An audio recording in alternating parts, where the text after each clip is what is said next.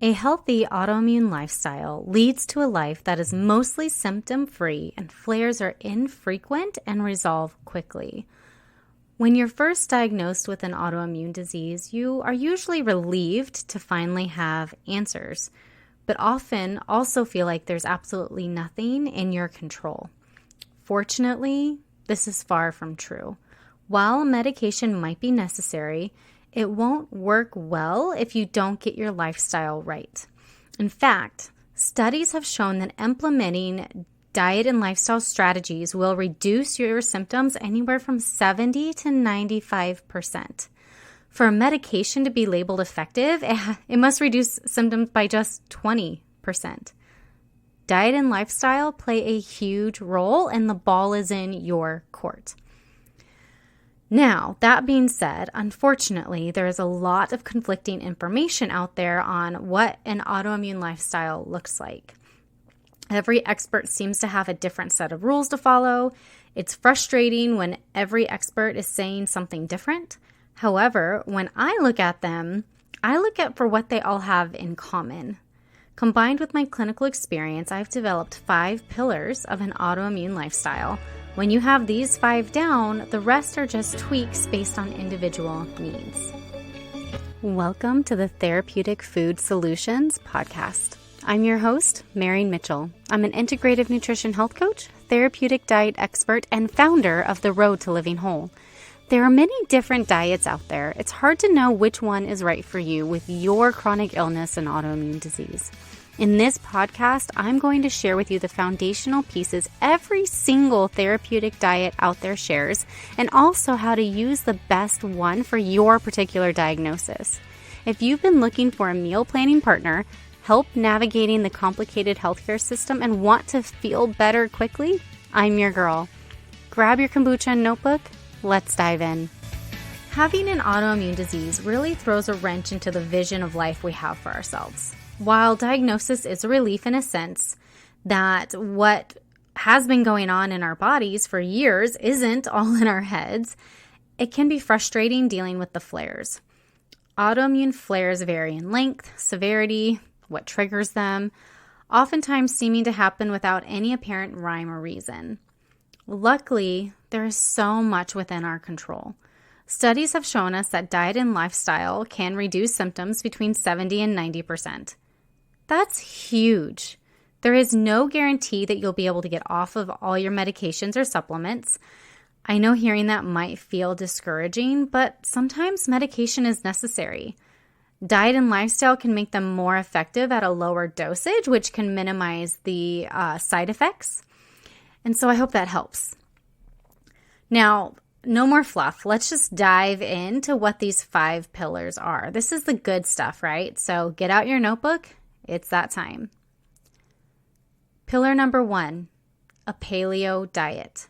The paleo diet has you focusing on consuming anti-inflammatory, nutrient-dense foods while minimizing the most inflammatory foods.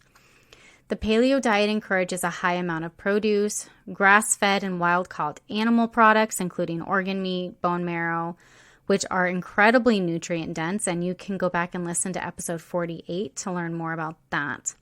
They're rich in healthy fats and minimal amounts of grains, legumes, dairy, added sugar, and it completely eliminates highly inflammatory foods, including processed foods and gluten.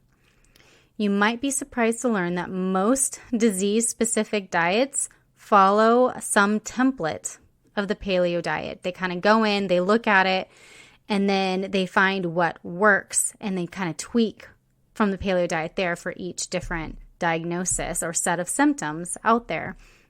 When I figured this out, it was a game changer for my clients. It made things so much easier. Pillar number 2, sleeping 7 to 9 hours per night consistently. The importance of consistently getting adequate sleep cannot be overstated. Your sleep is essential and it cannot be skipped. It's easy to push this to the bottom of the priority list. There is so much to do. You have to work, run home, try to have a social life, spend time with your family. There aren't enough hours in the day to do it all. Not only do you need to consistently sleep 7 to 9 hours per night. You need to go to bed and wake up around the same time every single day, 7 days a week, 365 days a year. There is a little bit of flexibility here. You have a whole 30 minutes in either direction, but this is also really important. I also know that plenty of people, especially if they're in a flare, are sleeping way more than 9 hours, especially newly diagnosed Hashimoto's people. Many of them are sleeping 14 to 16 hours a day, getting up just enough to function and then sleeping whenever they can. That happens. It's essential for you to talk to your care team about it and get it addressed. Sleeping too much is just as detrimental as sleeping too little, and it's a symptom, so we got to get that figured out. Pillar number 3, manage your stress well. Managing stress isn't easy. Most recently there's been a pandemic and lockdowns, political turmoil, lack of physical connection with friends and loved ones. We can't always control what happens around us, but we do have control over how we take care of ourselves.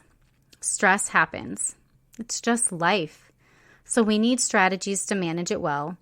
A few ways to help reduce your stress level and increase your stress resiliency are to meditate, exercise, take technology breaks, spend quality time with friends and loved ones, journal, have a creative outlet, reduce the amount of things we put on our schedule, and spend time out in nature.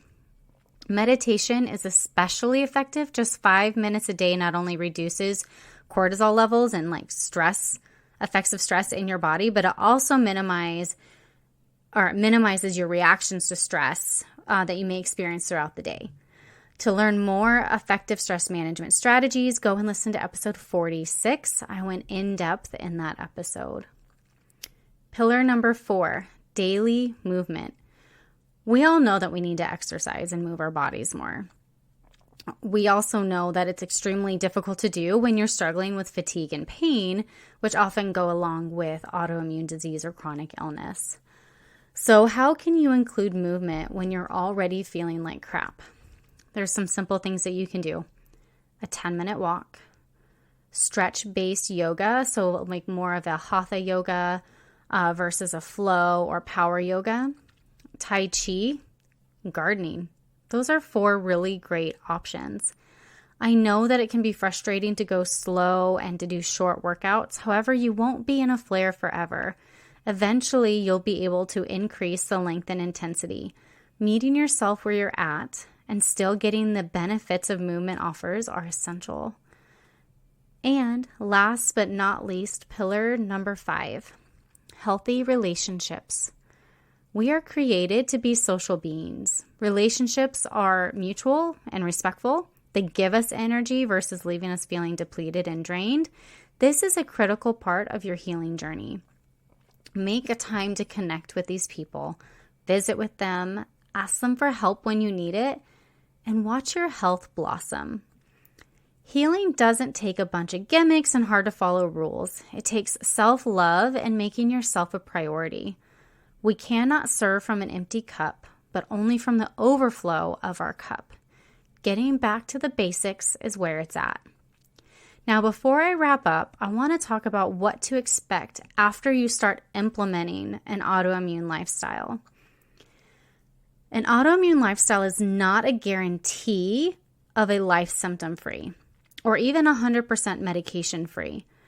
As I said earlier, and I'm just emphasizing this because it's so crazy, implementing these strategies can reduce your symptoms anywhere between 70 to 95%. And medication, to be labeled effective, only has to reduce your symptoms by 20%. If you need to take medication for that 20% efficacy, then you should take it. You aren't failing by having to take medication to live your life relatively symptom-free. There's no badge or trophy given to those who need medication only during flares versus daily.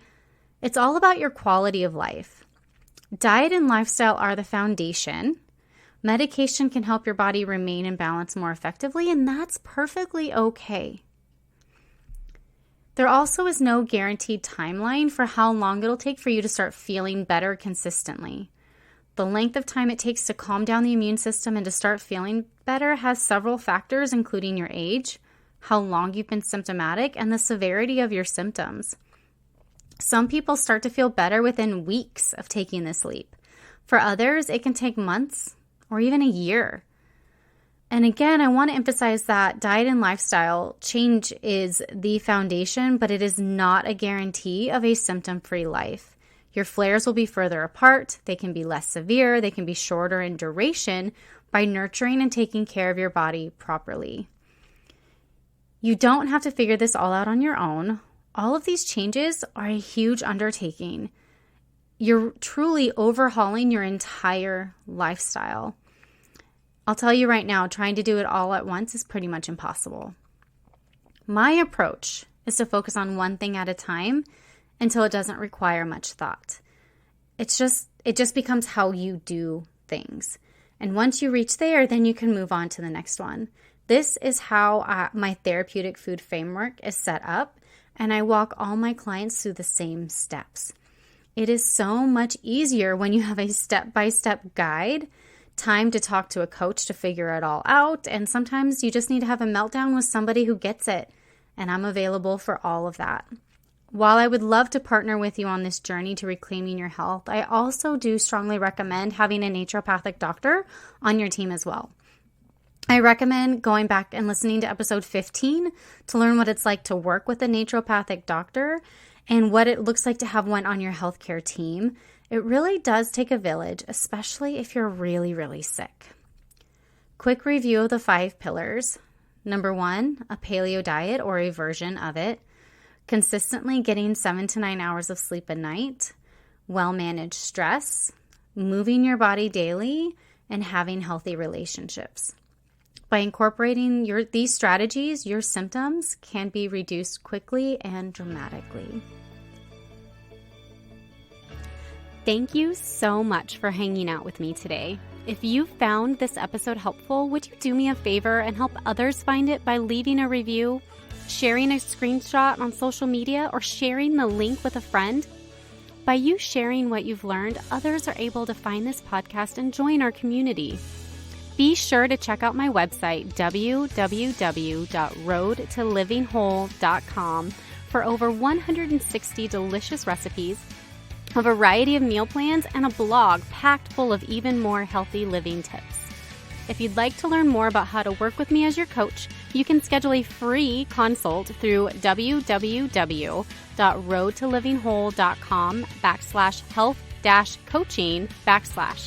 Until next time, friend. Bye.